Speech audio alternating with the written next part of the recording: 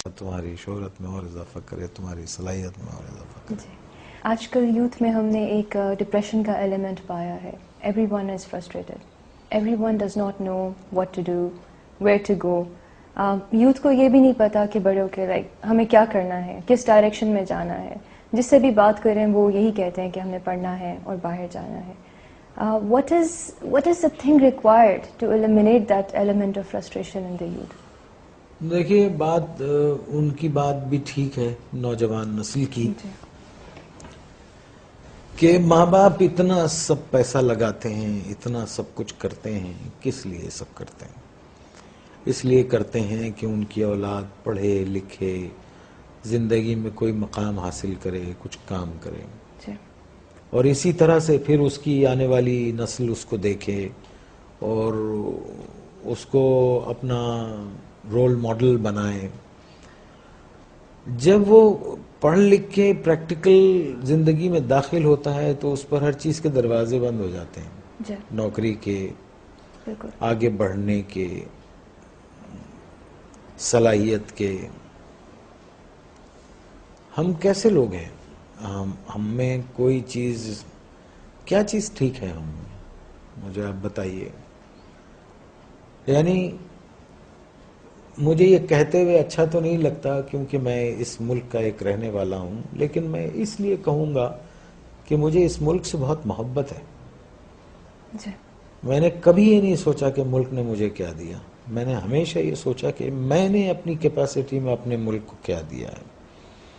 تو مجھے اندازہ ہوتا ہے کہ میں نے لوگوں کو خوشی دی, میں نے لوگوں کو قہقہے دیے, میں نے لوگوں کی دکھ اور تکلیفوں کو شیئر کیا میں نے. اور لیکن ہم ہر شعبے میں ہم بے ایمان ہیں. کیوں ہیں؟ تعلیم کا شعبہ, اس میں سفارش اور سیاست ہے, سیاست کے اندر سیاست ہے, اور رشوت ہم لیتے ہیں, بے ایمانی ہم کرتے ہیں, جھوٹ ہم بولتے ہیں, دوسروں کو تکلیف ہم دیتے ہیں, دوسروں کے مالوں پہ قبضہ کر لیتے ہیں, یتیموں کا مال کھا جاتے ہیں, غریبوں کو تکلیف دیتے ہیں, مسکین مسافر محتاجوں کو ان کا حق نہیں دیتے, کسی کی مدد نہیں کرتے, اپنے لیے سب جمع کر کے رکھتے ہیں, اپنے سے آگے نہیں سوچتے.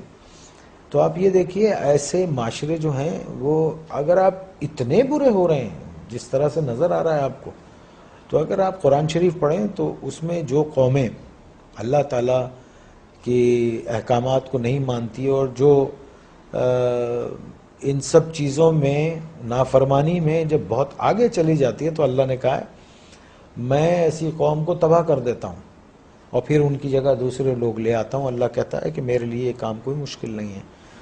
تو ہم کو اپنے آپ پہ جو لکھ پتی ہے وہ کروڑ پتی ہونا چاہتا ہے, جو کروڑ پتی ہے وہ اربوں پتی ہونا چاہتا ہے, جو اربوں پتی ہے وہ اس سے زیادہ پیسے والا ہونا یہ تو چاہتا ہے. پوری دنیا میں ہو رہا ہے. نہیں, پوری دنیا میں ایک سلیقے اور ایک طریقے سے ہو رہا ہے.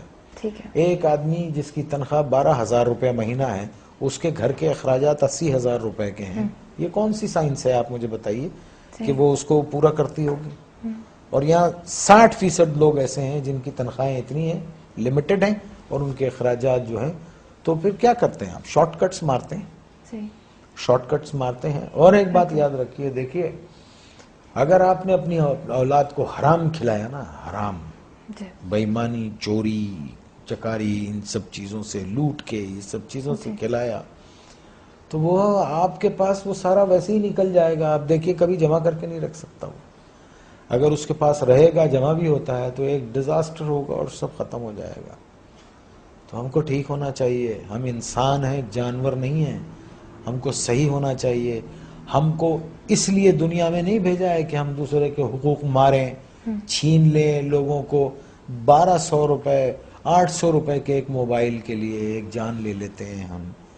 کبھی وہ تنہائی میں بیٹھ کے وہ سوچتے نہیں ہوں گے کہ ایک انسان کی زندگی جب وہ پیدا ہوتا ہے تو وہ گوشت کا لوتھڑا ہوتا ہے, پھر وہ انسانی فارم میں آتا ہے, پھر وہ دنیا میں آتا ہے بے سہارا, بے بس. ماں اس کو 9 مہینے پیٹ میں رکھتی ہے, پالتی ہے, پھر وہ گرم سرد کا مقابلہ کرتا ہے اور بڑا ہوتا ہے, چوٹیں لگتی ہیں, دھوپ ہے, بارش ہے, اور پھر ایک آدمی اس کو ایک 500 روپے کے موبائل کے لیے اتنی تقودو سے پلنے والے بچے کو گولی مار کے چلا جاتا ہے. اللہ استغفر اللہ. آپ مجھے بتائیے یہ کیا جنون ہے؟ میرے کیوں پاس یہ پاس نہیں ہے. کیوں بھول گئے؟ دیکھیں نا کیوں بھول گئے ہیں کہ ایک دن اللہ نے کہا ہے نا قرآن میں کہ جاؤ گے کہاں تم؟ آؤ گے تو تم میرے پاس نا. اور پھر اللہ نے کہا ہے کہ میں تم کو سب بتا دوں گا کہ تم کیا کیا کرتے تھے. اور قرآن میں ہے کسی ایک بے گناہ انسان کا قتل، آئی کوٹ قرآن، کسی ایک بے گناہ انسان کا قتل ایسے ہے جیسے تم نے پوری انسانیت کو قتل کر دیا. اور ایک جگہ اللہ نے فرمایا اور اگر کسی ایک بے گناہ کی زندگی بچائی گویا تم نے پوری انسانیت کو بچا لیا.